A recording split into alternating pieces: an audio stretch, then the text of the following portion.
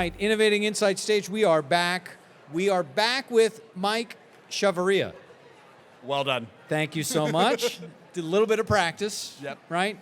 3 questions for you are what's working, what's not working, what needs to be innovated. So the easier one to go with is, these are crazy times. Welcome back to TMRE. What's working? Yeah, so good question. I mean, clearly there are a zillion new suppliers here, right? And they're all doing different, very unique things.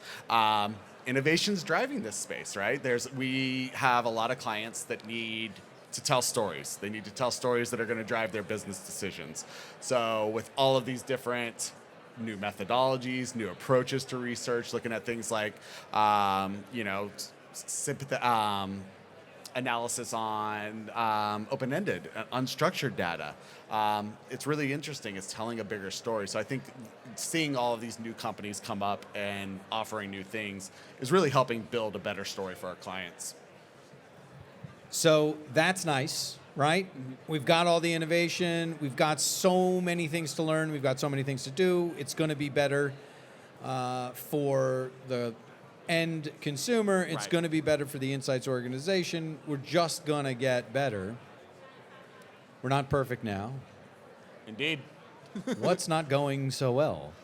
Yeah, so I think with that, there's a lot of trying to fit square pegs into round holes. So, brands will be asking a lot of questions around what is it that this new supplier does? How can I leverage that? And maybe it's not the best fit. Even still to the point of more traditional, just quantitative and qualitative research, a lot of brands are stuck in their ways and they know, hey, this is the way we've always done this, but maybe there's a different way to look at that to tell a better story that you can then take to decision makers. And so, I'll use the example of just thinking about like, if you are very stuck on everything has to be qualitative, it all has to be, you're missing out on a bigger picture around audiences that you may not have access to for that kind of face-to-face research. And I think as suppliers too, one of the things that we have to think about is how do we coach brands to do a better job of that, or not just rolling out the red carpet and saying, oh, sure, you want to run a qualitative focus group, let's just do that, as opposed to thinking, hey, you know what, maybe try this, and maybe we mix some qualitative and some quantitative to have a deeper story. And let me just kind of jump off from where you are right there. Hey, here's what it sounds like the outcome that you're looking for might be. Right. Rather than do exactly what you just asked for because it has worked for us in the past, we think. Yep. Let's actually look at this a little bit differently, maybe. Yeah, and I think it's both supplier and client, right?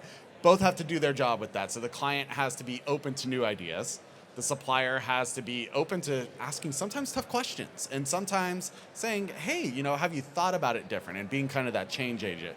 And so that is something where, I see a lot of that across the space around, we need to do a better job of making people think a little bit differently.